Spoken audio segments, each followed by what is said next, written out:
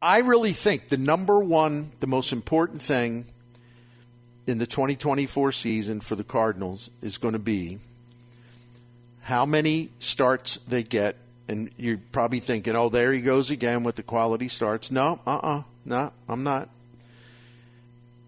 The key to their entire season rests on how many starts of 6+ innings they will get in 2024. Because last year they didn't get enough of those. I don't think that's a surprise to anybody. They didn't get any deeper starts. Now, I always feel like I have to sort of, remind everyone, I do realize, that back in 1968, everyone would have been laughing at the idea of like 6 innings is considered like you're a He-Man. You're an endurance machine. I know. I know. But it's just not germane to the discussion because, as we know, baseball has changed. So like, wow, this is a joke. It's not a joke. It's the standard for today. If you go 6 innings, you've done a good job for your team. You've saved the bullpen. Doesn't mean you had a great start. Doesn't mean you're even a great pitcher.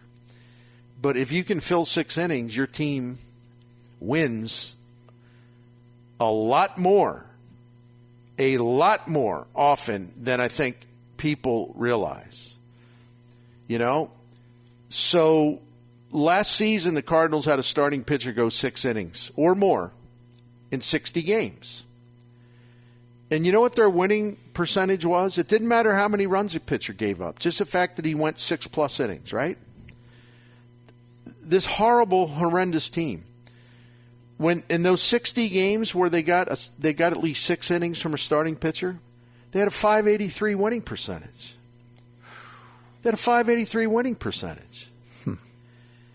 And when they didn't get 6 innings, if they got less than 6 innings from one of their starters last season, right, winning percentage was .353. So you're talking about, for a really bad team, 6+ innings from your starter. The difference in the winning percentage, if you get it or you don't get it, 6 innings or more, it's 230 point difference in the winning percentage. You get 6 innings plus, .583 winning percentage. You don't get 6, .353 winning percentage. But I guarantee you, there's people listening to this now saying, "Oh, that's a bunch of I never heard of anything so ridiculous." Listen, I had nothing to do with whether they won or lost the game. I'm telling you, the facts are very clear on this. When you get a 6-inning start from one of your starters, even if it's a fill-in starter, you add them all up and you see what the record was in these games. And the Cardinals won 58% of their games when they got a 6+ inning start. And when they didn't, they won 35% of their games, or 34% of their games. It's a huge difference, right? It's night and day. It really is. It is. So here, and again, this is why sometimes I feel like I'm almost the lone wolf on this. But I don't care about Kyle Gibson's, fielding independent ERA was over 4, and, Miklasz' ERA was 4.83 or whatever. And we all know about Lynn. Lord knows we know all about Lynn with the home runs. I explain in great detail, not that anybody accepts it, because I don't know. I can't. That's America today. I can't explain it. But, that terrible defense was a huge reason for these inflated ERAs. That also applies to Kyle Gibson, because the Orioles had a worse defense than the Cardinals for most of the season. But here's what the Cardinals, there was a method to this. They had a plan. I think they were very, very smart. I know they didn't go buy the expensive toy that everybody wanted. Well, I think Sonny Gray's pretty expensive. But I know they didn't go outbid everyone, for whoever you want to name, whatever the flavor of the day is, And I still had people 2 weeks after Aaron Nola re-signed in Philadelphia, even though Jim Hewer on our show all season long kept saying, you got everybody locally writing about, Aaron Nola's the ideal guy. When Jim Hewer and I said it over and over again, he ain't going to leave Philadelphia. I mean, if they come to him, and they'll be smart enough to do it, even though the spring training talks of a contract didn't go very well, Phillies ain't going to let him leave Philadelphia. And they signed him to a $170 million contract, and there's still morons out there like call Bill DeWitt cheap because he didn't get Nola. You do realize Nola gets to make a choice, right? He was never leaving. You realize it's his decision, right? You can't hold him hostage. You can't waterboard him, all right, and make him come to St. Louis. Do we all understand that? Okay. I don't think some get it still, but that's fine. The Cardinals attacked it from another way, and they were damn smart to do it. And I don't give a damn what anybody else says, because if you get 6 innings consistently from your rotation, your rotation's going to be good, and your team's going to be a hell of a lot better. And so now that they got the 3 starters, if you add up the amount of starts between Miklasz, Sonny Gray, Kyle Gibson, and Lance Lynn, if you add all together last season, they had combined 76 starts of 6+ innings. Last year, and that's only 4 guys. That's not even 5 guys. That's 4 guys. 4 guys last season, they had 16 more starts of 6+ innings. 16 more than the entire Cardinals team did, that entire pitching staff did last year. And that's just 4 of them. And if Matz can stay reasonably healthy, he'll contribute 6+ inning starts because he did it later in the season. He did it 4 or 5 times in a row. So they already have a big head start in making their starting pitching better, from the standpoint that they really came up short in that area last year because they weren't getting any length from their starters. Now they have 4 guys who have been innings eaters for a long time. Now Sonny Gray's the only one I would say, well, hold on, because he had a couple years recently where the innings count wasn't all that high. He had some nagging injuries. I mean, it was over 100. It was 130 one year, but it wasn't like 180. Let's say that. But he still pitched well. It's just he didn't provide as much volume, and that changed last year. And the Cardinals certainly need him to pitch a lot of innings this year. But they're already ahead of the game in that regard. And last season, if we take Miklasz and Gray and Gibson and Lynn, and you say, all right, 6 innings and a start, those 4 guys. Their teams were 47-29 for a .618 winning percentage. The problem, they didn't get it. The Cardinals alone, even though Michaelis gave them 21 starts like that. 21 starts like that. And yes, when he went 6 innings or more, they had a winning record in those starts. I think by 3 or 4 games. So if just these 4 pitchers, Michaelis, Gray, Gibson, and Lynn, can match or come really close to the number of 6 innings or more starts that they turned in last year, the Cardinals are already, as I mentioned, I read the wrong thing. The Cardinals, already, before you even add anyone else to the mix, already would have 16 more starts of 6+ innings than they did last year. That doesn't include Matz, Thompson, Libator, anybody else who starts a game for the Cardinals this coming season. So why does this matter? Why does this matter? Last season, the 12 teams that made the playoffs, they averaged 72 of those starts. In other words, 72 per team. They averaged 72 starts of 6+ innings. So the more of those kind of starts you get, the more you win. And you don't necessarily have to have like the fantastic offense. Miami Marlins didn't. They were in the playoffs. You know why? Because they got a lot of those 6+ starts. So those 12 playoff-bound teams that averaged 72 starts of 6 innings or more, right? Mm-hmm. Yeah. You know what their winning percentage was in those games? .692. But the Cardinals need more than 60. That's all they had last year. And when they did get those 60, 6+ inning starts, once again, their winning percentage was .583. And we're talking about a dog team in 2023.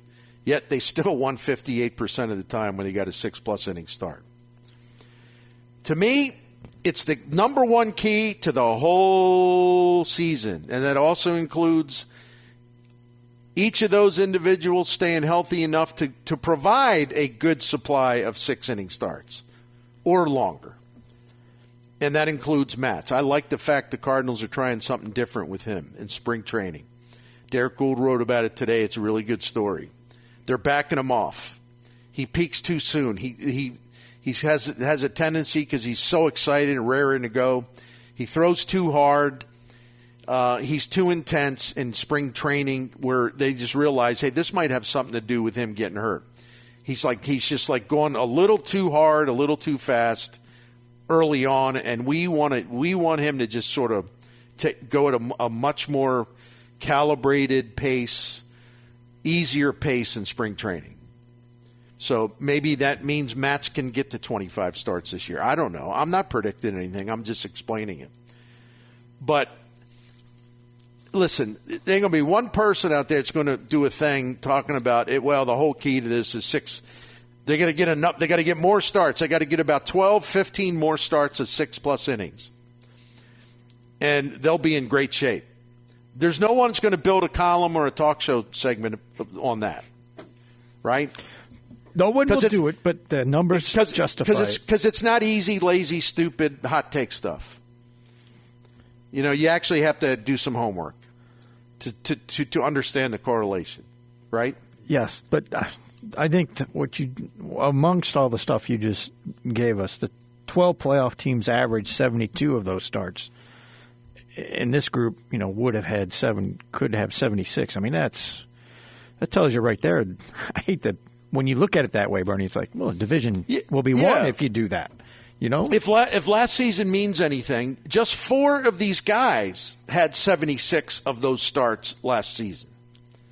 That's above the average of teams that made the playoffs, and that includes all the starting pitchers those teams had.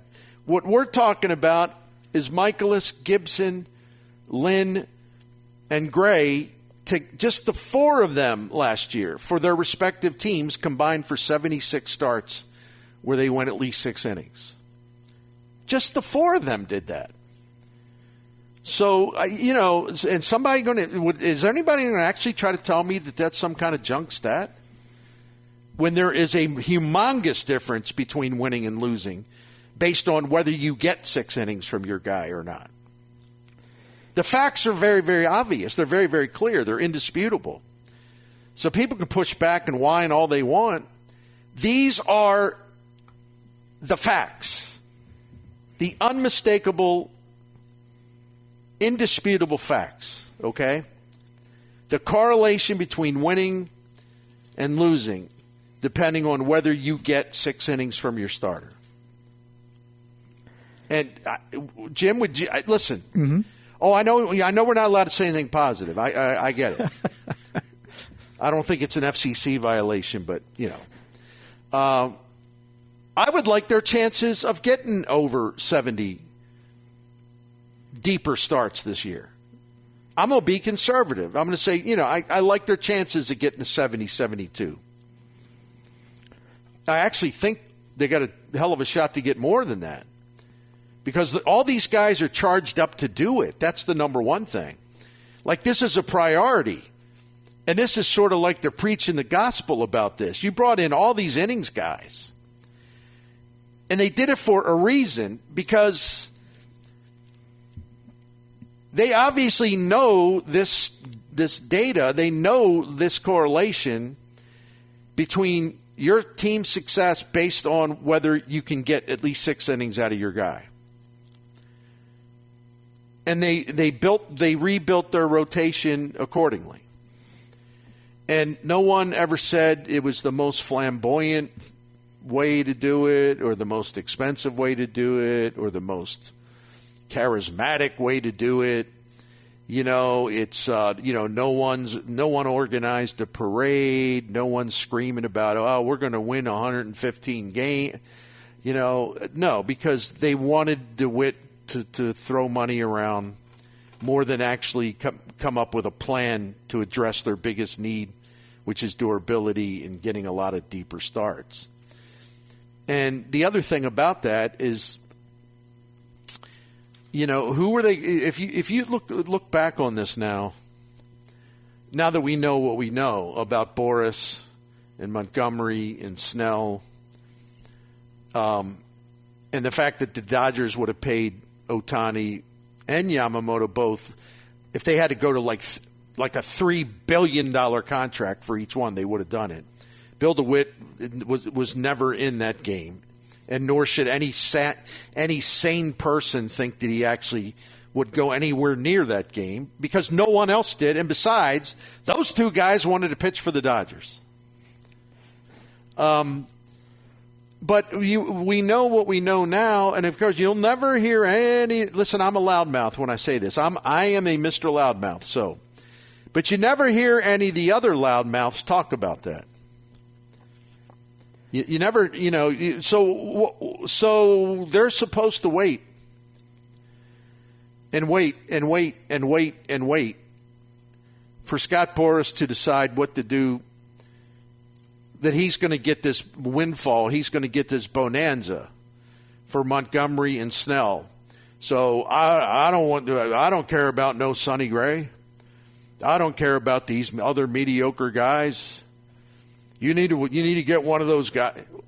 They never would have gotten one of those guys, or it's a situation where they would have had to waited so long, and if they weren't in position to get one of these guys, then what?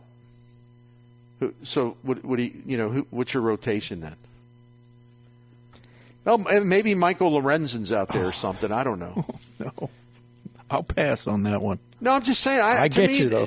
To me, in retrospect, the plan that they had made terrific sense, because Mozeliak got in there and got these deals done early, and they wanted innings. They wanted 6+ innings guys. Now they have 4 of them.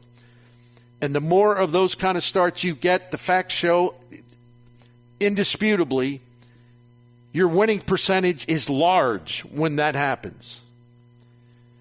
I think it was a really smart plan. I don't think that, frankly, enough people realize the ramifications of this. And that's the big one if, is like they all got to stay healthy. And, of course, forgive me because we've never seen pitchers in their mid-30s, pitch well or pitch with endurance, right? That never happens. Oh, once you hit 34, better get the shovels out. That guy's done. Right?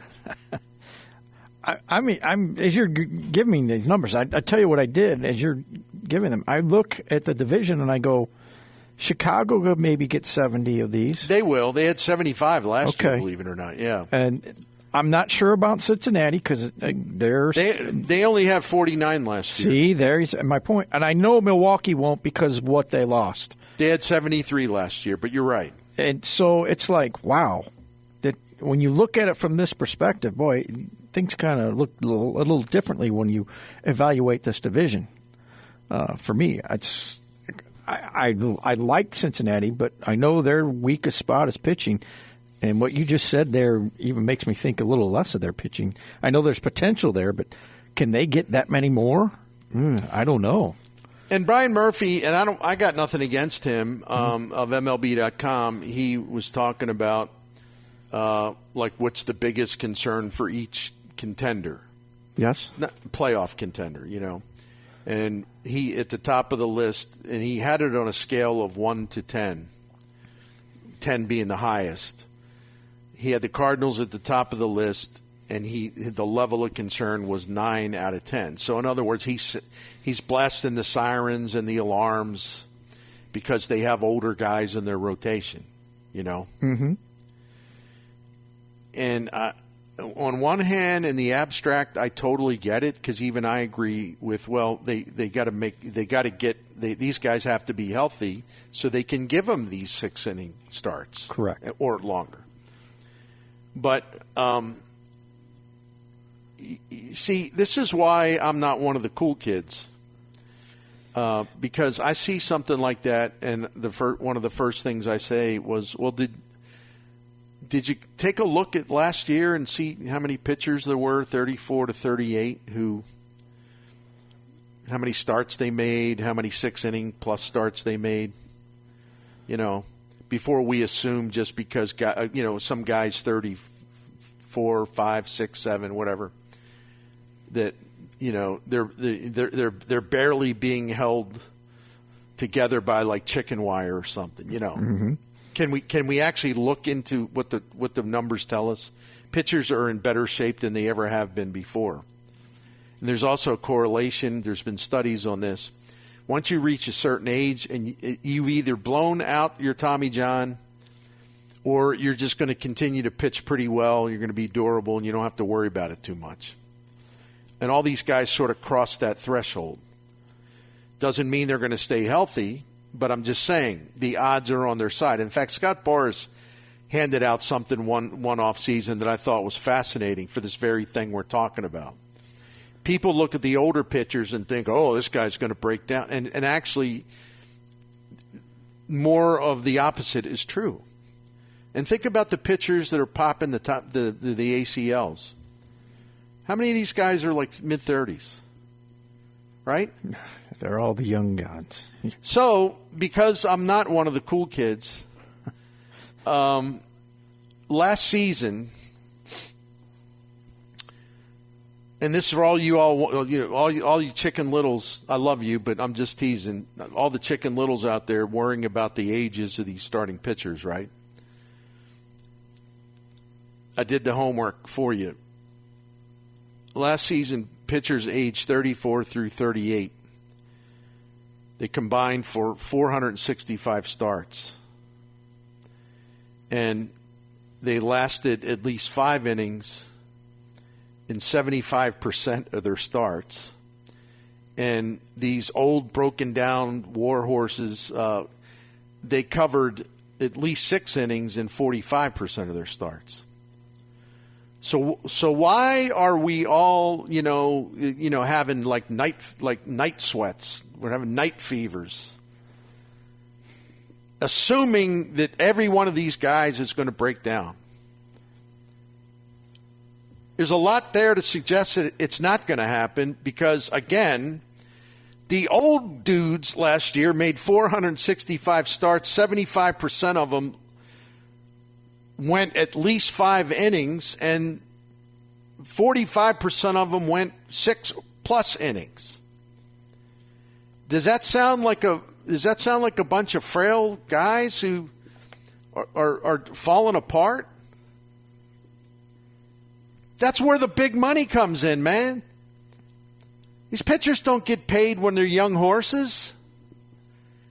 They got to get to six major league seasons, and even before they can get paid, and then they get a contract, and then a lot of them, want to get a second big contract, and that's why you see all these guys pitching at the ages they are,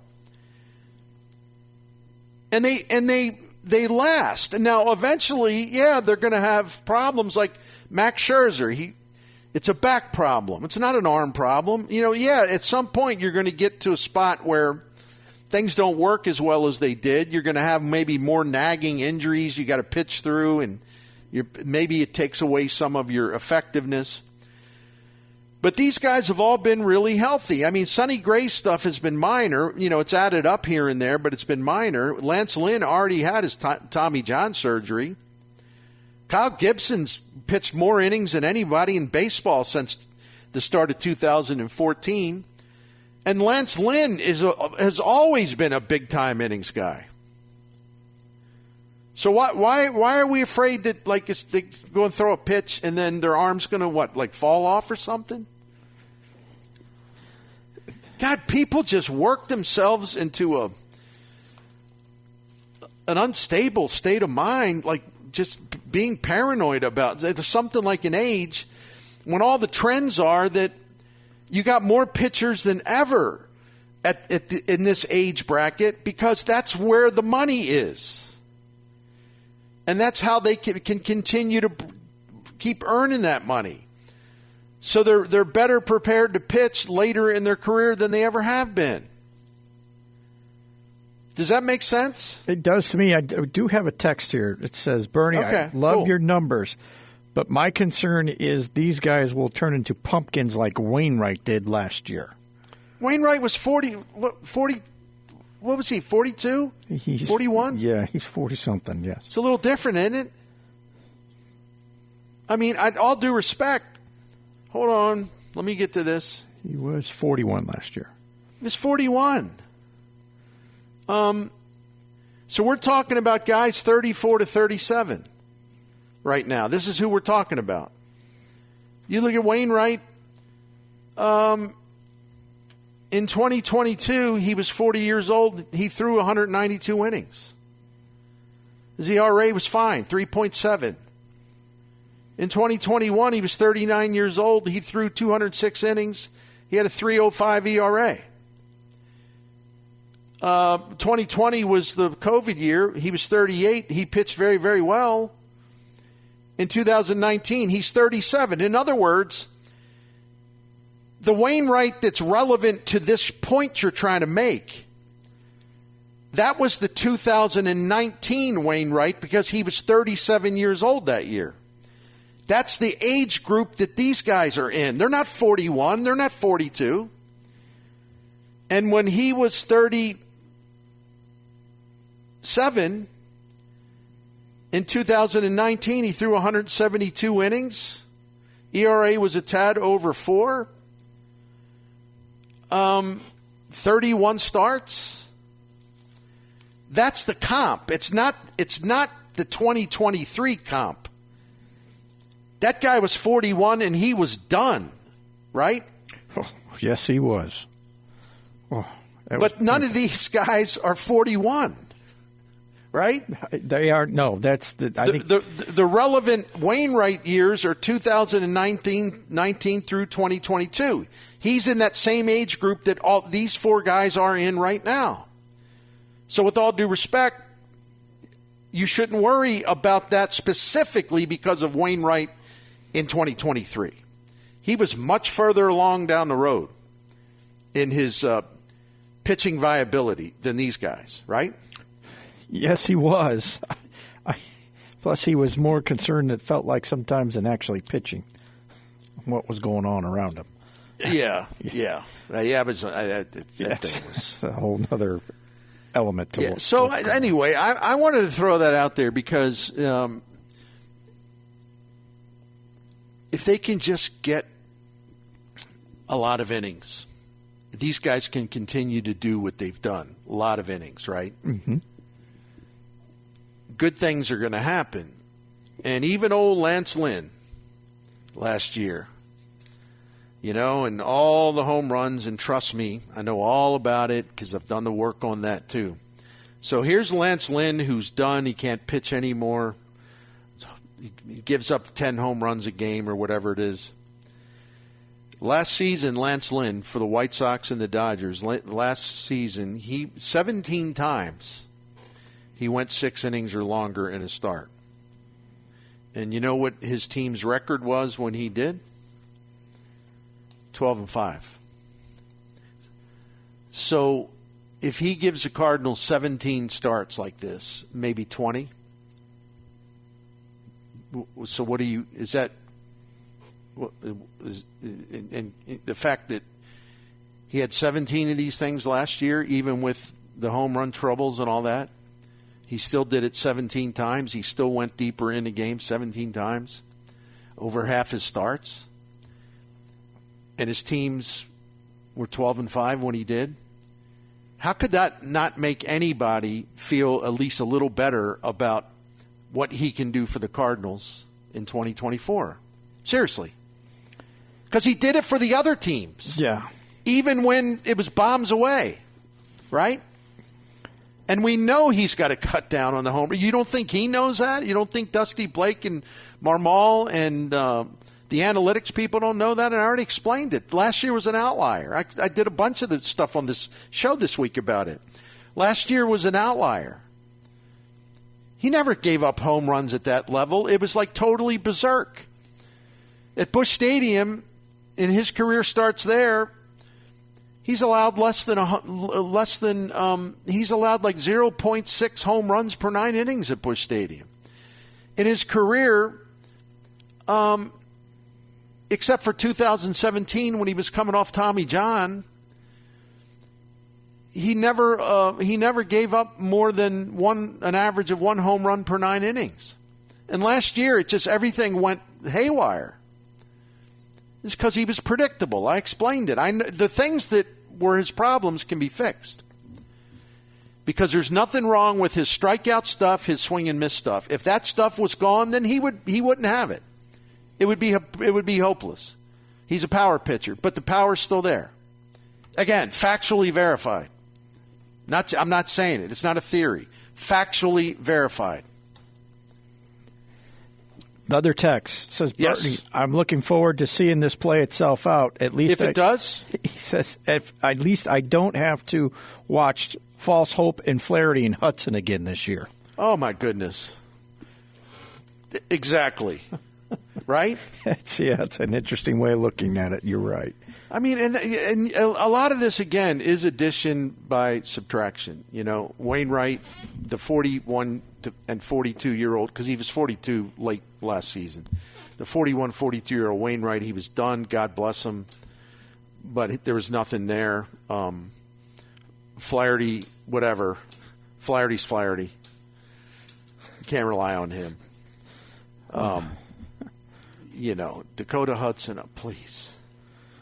Please. I told you we were doing the show yesterday. He was pitching in first inning. I mean, he couldn't even get to the second inning in his start because he threw too many pitches in the first inning again. It was like, that's right. Dakota. Here he goes.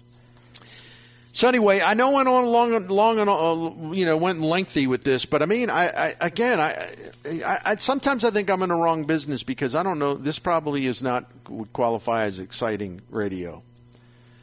I should be talking about I don't know something silly. We don't need that today. But actually, I think I need to work more of that stuff. Oh, we had fun. We had some things to have fun with, but still. But anyway, there's more. My point is, and I'm not going to repeat the numbers, but my point is, there's more hope than you would assume. That's all I'm saying. So adjust your expectations a little bit. And you didn't hear me say, "Oh man, they're going to be great." I explained what the keys are to having a really good season. That's like explain the number one key, and that's where it starts.